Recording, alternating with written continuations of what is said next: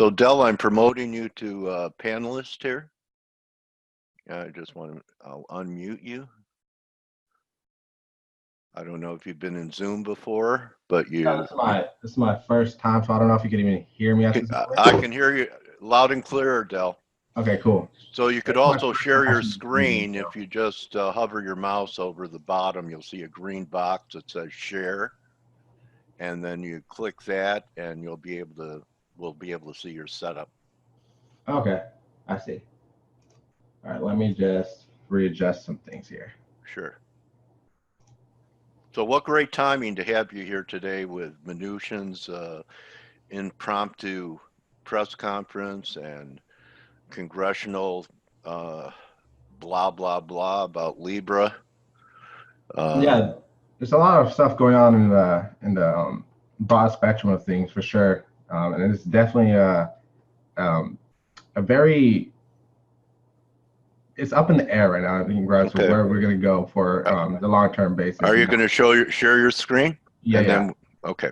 By the way, Coach, since you wanted me to interject, I have to tell you, since I'm a guy that, believes in economics and macro, I'm pretty sure that, cryptocurrencies are still moving along with sentiment mostly than anything else. And one of the reasons is that, since you mentioned Libra, there is nothing that should be interpreted as bullish if Libra ends up getting adopted. Because Libra, oppositely from, let's say, Bitcoin or Ethereum, will actually be backed by a basket of actual currencies. So just from a fundamental perspective, it's adoption, different. It is totally different. Not different. I mean, adoption of a concept like Libra is totally against what Bitcoin and Ethereum want to do. Interesting. Yeah. Do you agree with that, Del? Yeah, I definitely agree. It's completely different in the way they're going about their approach into handling their cryptocurrency. And it does offer a lot of possibilities moving forward into just bringing more eyes and more legitimate backing to what cryptocurrency is trying to be. And it could definitely help pros as a long-term, maybe not upfront won't be good, but in the long-term spectrum, after everything gets ironed out with government and stuff like that, I think it'll be a good idea and a good thing for them, a good thing for the entire cryptocurrency market as a whole. Okay, cool. So, I like to get in a time machine with my guests, Del, and, everyone has a story of how they got involved in trading. And, I'm always interested in what you were doing prior to it and what was the catalyst that brought you into the market. Was it that you were just an early adopter of Bitcoin and you just started looking at markets and charting? How did it happen for you? So, yeah, back when I was working a normal day job, 9-to-5 day job. What was it? Come on, man. I was a cook. So, okay. Yeah, I was a cook at this local restaurant here. Yeah, and, cool. I was doing that while I was going to school, and one of my associates or coworkers, he just asked me if I knew what a Bitcoin was. This was like mid-year 27. It was the year Bitcoin flew. Okay. That was towards that 2017. Yeah, well, we peaked last year at 18,000. The beginning, the end it was the end of 17. You're right. Yeah, the end of 17, like around October. Yeah. Is when I was introduced to Bitcoin, and yeah, I had no idea what it was. He's like, "Do you know what this is?" Like, no, I don't. He's like, "This like, he was telling me about what kids understanding what cryptocurrency was." So all I did was I did my quick little research, saw what it could possibly be. I loved the idea behind cryptocurrency, anonymous, not backed by any world central bank, whatever, yada, yada. I really liked the idea. So I went ahead and made my first purchase of a cryptocurrency around that same time, which happened to be Litecoin. And yeah, ever since that point, Litecoin took off to whatever, $300 like that. And I was one of the lucky souls who sold near the top. I sold at 320 after buying from at 101. Took me a while to buy, but after I made that first buck, it really interested me. I was like, hey, this could be something you could actually possibly do as a future if you really take it seriously. And at first, I thought I was taking it seriously, but I really wasn't. And I quickly, almost immediately, as soon as I made all that, I bought quite a bit, and I made quite a good return off my very, very, very, very, very, very first ever trading cryptocurrency, or whatever you want to call investment, was very positive, which is absolutely the worst thing any trader could do for their first trade ever. It gives them a taste of, oh, you're good, you know what you're doing, but when in actuality, you don't know anything. And so I quickly, within the first 6 months after making that initial gain, which was like 4 times my initial, 3.5 times my initial investment, I quickly almost lost all of that. And so when I lost nearly all of that, it took me like 3 months to really understand, okay, you don't know anything. You don't know anything. And you actually have to take your time to understand what market's trying to tell you. And you have to actually treat it like a serious job if you really want to make it pay you like a serious job and really want to make you change your life, And so at that point, I really started diving heavy into books and reading anything I possibly could, watching videos after videos, countless videos, going through countless ways to analyze a chart. And then for some reason, Elliot Wave, I stumbled upon Elliot Wave, and all of a sudden it clicked to me. And that this is a type of way I should be studying trading. And that point was about March 2018. And from there, I just really everything started to really click. It makes sense. And I quickly knew how to make money. At first, it was really easy to make a lot of money. It was really easy. It wasn't hard to find out what setups made money. It wasn't hard to find out where to put your orders to make money. It was really easy. But the key here was not the fact that I knew how to make money, but it was the fact that I didn't know how to lose money. And so at that point, I was stuck at a certain, there's this threshold I kept hitting in my portfolio. I hit it like 4 or 5 different times. And every time I hit this number, I lost at least 25% or more. And I was wondering, like, why can't I sustain this? What can make me sustain this? And so at that point, I knew I needed to do even more study and more understanding into the market. And at that point, I knew that the key was risk management and money management. And that was about June of that same year, June 2018, about that same year. And after 2 hard months of trying to really rigorously find a system that makes sense into my analysis and what made me feel most comfortable trading, it really started moving for me. My portfolio really started showing me what I really wanted to see. Our setups left and right were getting better take-home wins because I wasn't holding on to certain things. As soon as my targets were met, I quickly exited. I stopped doing all the silly mistakes that the young trader would do at the beginning, thinking they know better about the market instead of just listening to technicals. And at that point, it really started taking off in my professional trading career, not only just in the understanding aspects, but in regards to respect around the area. People started asking more questions, more about my opinions and stuff like that. And around October or September of that same year, I went ahead and started my little group where I helped teach a few people how to invest into cryptocurrencies and teach them a little about how I trade and so forth. And ever since then, I've been doing very well. My people have been doing very well. And yeah, it's been a hell of a ride. Let me tell you that, it's been a hell of a ride in a very short time. A lot of emotions, a lot of things have happened in a short amount of time, but I will not trade it for one bit. I know for a fact this is what I'm supposed to be doing for the rest of my life, and I have no doubt about that. And that's what I'm definitely most proud about, most happy about, especially since I've done most of my work. I do accredit a few people along the way for the basis of my understanding of the market. One of them being there. Two of them are analysts on Twitter. I don't know if they have professional pages outside of Twitter, but Trading Map was very influential and very inspiring to me in regards to my understanding to the market. And also another big influence of mine was Andrew Cardwell. He was a huge influence of mine as well into understanding how momentum works and what it takes to shift the market. And I just wanted to give those two guys really appraisal for making me who I am in a sense, because without them I would never be nowhere close to the trader I am today. And I do really appreciate those two people along the way.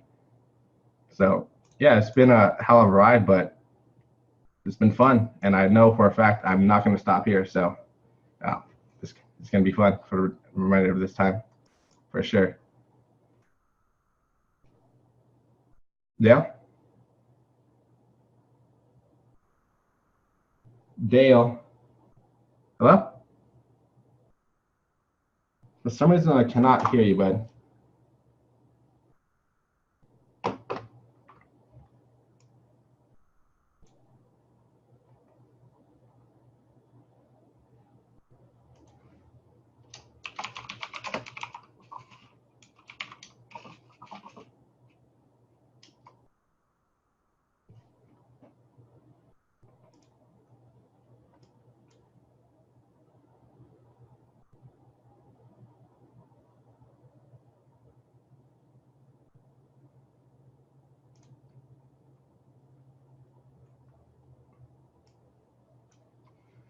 All right, so I don't know what's going on. I don't know if anybody can hear me, but if you can hear me, please shoot me a message in.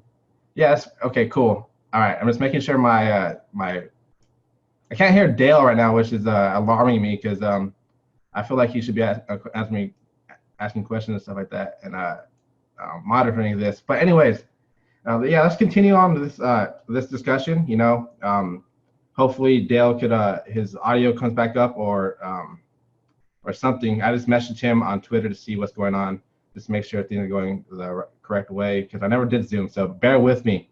But anyways, yeah, so I've only been trading for about 2 years now. It hasn't been a long time. A lot of traders have a lot more experience than me, and I understand that. And that's why I'm very humbled, and I respect everybody's analysis, especially those people who've been there before me, such as Dale. I have high respect for anybody who's made a name for themselves in this field, especially if they have the longevity of it, because it's very hard to stay in this field. A lot of people quit within the first 5 years. So I do appraise anybody who has stayed that longer than the first 5 years, because that means you're in there for a bigger reason. You have something underneath you in your mind that's really firing that fire and that desire to succeed. And not a lot of people have that. And that's why I praise a lot of people who stay in this field, because it's not easy. It's not easy at all. For those people who tell you this is easy, it's not easy. I'm telling you, it is not easy. It's not. The people who do tell you it's easy are lying. People who tell you it's easy, you want to run away from. All right? Seriously. The people who say you're going to make $1 million in the first year, 2 years, 3 years, 4 years, 5 years, shut up. Push them away. Stop. They're fake. They're lying. They haven't made 5 million. They haven't made $1 million either. Guarantee it. Guarantee it. If they have, it's luck. Guarantee it. Or it's off some other bull BS, you know, like I forgot, like an affiliate program or something like that. Stop. It's not easy. But I will tell you, with hard work and dedication and the right tools and the right people coaching and showing you and teaching you and guiding you, it is possible to make it in this field. It is.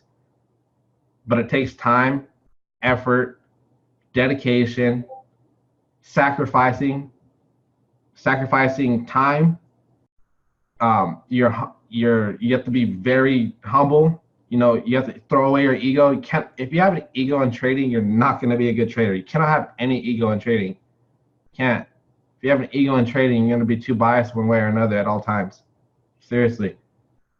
But anyways, yeah, so Jordan, go ahead and answer me questions and stuff like that, and we'll go on forward. But from this perspective, I'm just going to go ahead and start talking about Bitcoin and the total perspective of things. I really want to throw out the BLX chart because this is something I haven't talked about, and I really wanted to talk to you about this because the BLX chart I haven't fully analyzed in quite some time. It's been a while. The last time I analyzed the BLX chart, which is the entire chart of Bitcoin history, was right here. That was the last time I analyzed the BLX chart. So it's been some time. So I wanted to wait to do this. I was going to do it yesterday on my live stream. By the way, if you follow me, if you don't know who I am, Satoshi Heavy on Twitter, 20,000 following. I have a YouTube as well. If you go to my Twitter, at Satoshi SAT, I'll draw it up here right here.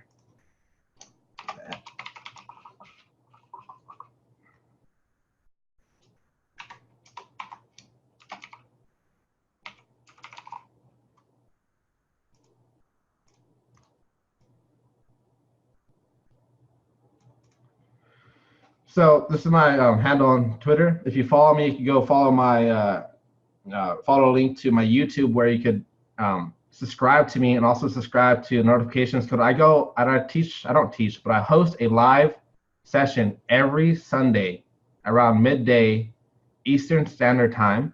And if you go ahead and follow me on Twitter and YouTube and subscribe to my YouTube, you could go ahead and put the notifications so you can join in a discussion every single Sunday. We talk charts, we talk crypto, we talk Forex, we talk the whole nine. You hit me with any questions, I'll be happy to answer them. Anyways, I wanted to share this with y'all because this is very peculiar to me. This entire structure here is very peculiar to me. I'm an Elliot Wave trader, and the way I analyze this market right here is very peculiar because a lot of people are calling. Okay, there's a lot of people calling for new highs and like a new paradigm. You know, a new paradigm means like you're breaking the highs by a long slide. You know, I'm saying like a new paradigm like 30,000. You know, like 30,000 bucks. A lot of people are calling for that. And there's a lot of people saying, okay, we're going to $50,000 like or whatever, blah blah blah, yada yada yada. And I want to kind of hold that in their tracks, and this is the reason why. As an Elliot Wave trader, you have to understand how markets work. And to do a quick rundown to how Elliot Wave works is Elliot Wave works in a series of impulses and corrections. So you have your impulses and you have your corrections, right? And your impulses, they always accompanied 5 waves. And your corrections have 3 waves, right? So with this basic understanding of Elliot Wave, we conclude that by opening this chart, looking at it, pulling up, is that you see a clear 5-wave rise from the base, clear as day. There's no ifs, ands, or buts. You cannot tell me that's not 5 waves. If you're saying that's not 5 waves, you don't know how to count, or you don't know what to look for, or both, you know, or both.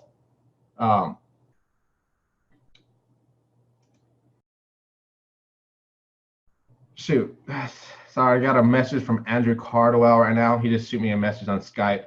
I want to answer that real quick. Bear with me. I'm going to type this up real quick. Then we'll get back to this discussion.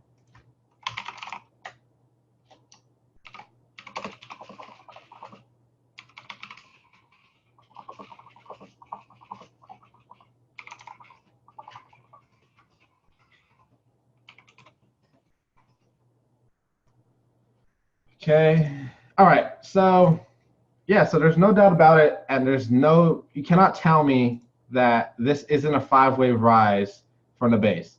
And just with this basic understanding, what can you expect from here? What can you expect? A 3-wave corrective phase, right? Regardless. Now, there is people saying, there's possibilities saying, and even Elliot Wave Trader saying that this is our correction, which is obviously is a correction, right? This is a 3-wave corrective phase, right? Obviously. It's obviously a 3-wave corrective phase, right? But I am a huge trader on time. If you don't know me, I use time like price action.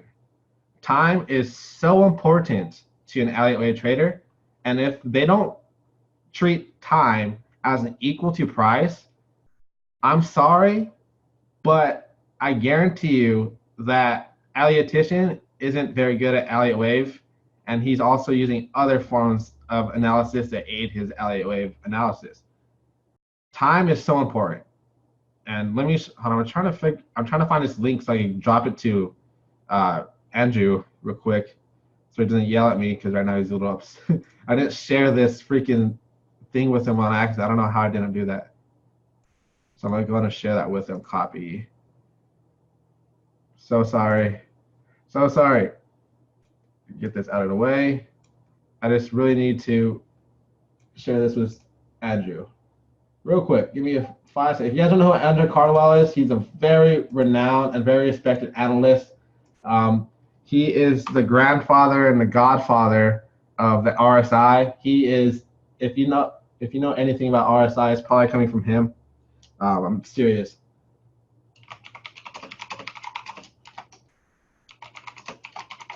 So, okay, what happened? Did we lose Dale? No. Hello? Hey, it's Steve. Did we lose Dale? Yeah, actually, it looks like he's not logged in, so something must have Stelio, happened. I couldn't see him also when I left the webinar, but since he was speaking, I thought it was just a bug, to be honest. Okay. Hello? Can you hear me? Yes, Hey, yes, we can hear you, yes. we can hear you. Can you see my screen? Yes, we can. Go on. We just, seem to... Okay, I thought you guys lost me. I kept hearing you lost me. Like, oh shoot, okay. No, I think we lost Dale, so... Yeah. Oh, something must have happened to his machine or something, so we're gonna... Shoot. But carry on until... I forgot there's two of us here, kind of. Okay. Anyways, so with my respect to time, there's a few things that I have to pay attention to in regards to time. And it's the fact that typically your entire impulse, by a minimum, will take this amount of time to form. By a minimum. But the actual time frame you're looking for entire correction would be there. Now, I'm not saying it's going to take to the year 22 to move up bullishly, but from my understanding of time and how Elliott Wave works and the way I've been trading, this is very sound information. And if going into this right here and saying, if this is the minimum, absolutely minimum amount of time you could allow for a corrective phase, this basing is too far from here to be for this 3-wave corrective phase to say this is the end of the correction. It is too quick, too shallow, and it just would not make sense. And this is why I say, regardless of the fact, there's going to be at some point equal lows or close to that, or even breaking these lows at some point in the future. Some point. Okay. So, actually, I was just gonna add something. I must admit I didn't hear the whole presentation. I just came in a few minutes ago, but we seem to be on the cusp of to see what's going to happen in terms of regulatory and how governments are gonna treat cryptos going forward, and that's going to be very interesting. I'm sure it's going to bring quite a bit of volatility, but I don't know if you touched on that, but that's definitely got me interested at the moment. In terms of the long-term perspective, a lot of players in crypto don't want regulation, and to me that's silly. With regulation and with the government putting some ground rules and really backing the understanding of what cryptocurrency is, that really opens the door for bigger term players to step in with more confidence that they're not going to get screwed or lose everything they invested. Yes. And at first, it's not going to bode well for the price of cryptocurrencies. Obviously, more regulations, more restrictions means harder to trade it, yada, yada. You have to be certain people to trade it, yada, yada, blah, blah, blah. It'll cause people to sell off, it'll panic, blah, blah, blah. And I think that'll be right here. Right there is when the regulation is going to come in. And with my understanding, this way psychologically speaking, is this plays well also into this kind of structure I'm looking to study here. And we're going to talk about that in a little bit.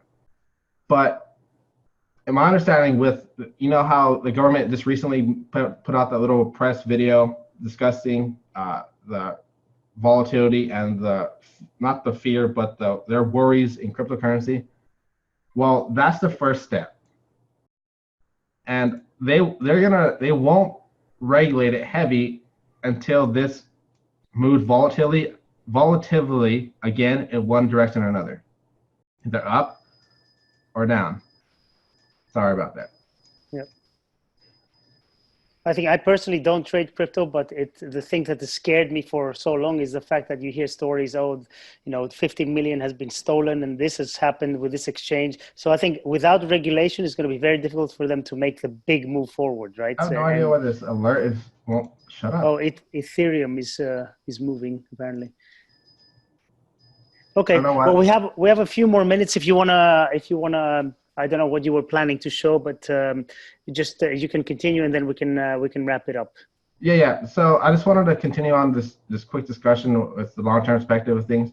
I want to also now dive into, because in my regards, no matter what, it's going to correct at some point. It's just finding out the exact pattern we're trading, and I think there's a good possibility that we could base here and move one leg up higher, possibly break this high, and I think that's when the U.S. government and the governments around the world will really step in. If we come close or break that high, and that's when I think this will play into effect and that regulation will come into effect. This pattern here, in an Elliot Wave perspective, is impulsive, and there's no doubt about it. In any way, shape, or form, this is impulsive. Whether or not you call it a 5-wave rise or a 3-wave rise, you cannot deny the fact that that's impulsive. And after every impulse, there's a correction, at least, and then followed by one more impulse, by the minimum. So with this basic understanding, is we're gonna correct here. I'm not saying this is the low or this is the whatever, because in my opinion, at some point we're gonna test 8,800. To 7,800, this range right here, that little pocket right there, at some point. But with this base understanding of how impulses and corrections work in Elliot Wave, it's hard not to say that we base and find support here and move up one leg higher in this little form, in this little leg. And then at that point, we'll better understand exactly what the market's trying to tell us, because at that point, we'll see more clues to if this pattern we're trying to study right here, this being a flat, is true or false. If volume comes flying in and you break certain levels, I have levels that we cannot cross to sustain this type of pattern. Throw them up here real quick. And it's right here. And it's pretty crazy. It's pretty high. You know, it's pretty high. But moving above that will definitely open up a new paradigm to this cryptocurrency. But I do not think we even get close to this. I think we're going to find a topping point between this 30,000 and 20,000 point. If this structure we're studying right now is indeed the structure we are studying, that being an A in a 3-wave move, a B in a 3-wave move, and a C in a 5-wave move.